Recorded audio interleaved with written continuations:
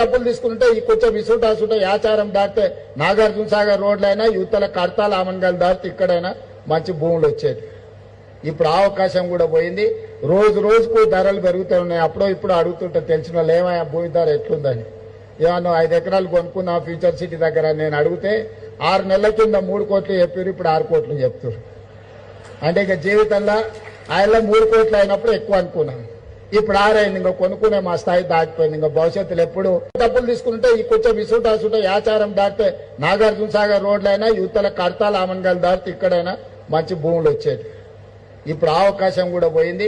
రోజు రోజుకు ధరలు పెరుగుతూ ఉన్నాయి. అప్పుడో ఇప్పుడు అడుగుతుంటే తెలిసిన వాళ్ళు ఏమయ్యా భూమి ధర ఎట్లుందని, ఏమన్నా 5 ఎకరాలు కొనుక్కున్నా ఫ్యూచర్ సిటీ దగ్గర నేను అడిగితే 6 నెలల కింద 3 కోట్లు చెప్పారు, ఇప్పుడు 6 కోట్లు చెప్తారు.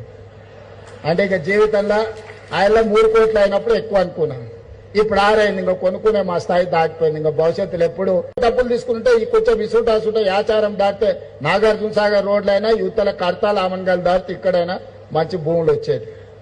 ఇప్పుడు ఆ అవకాశం కూడా పోయింది.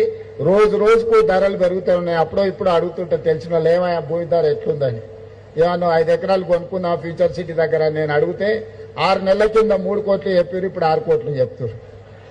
అంటే ఇక జీవితంలో ఆయన 3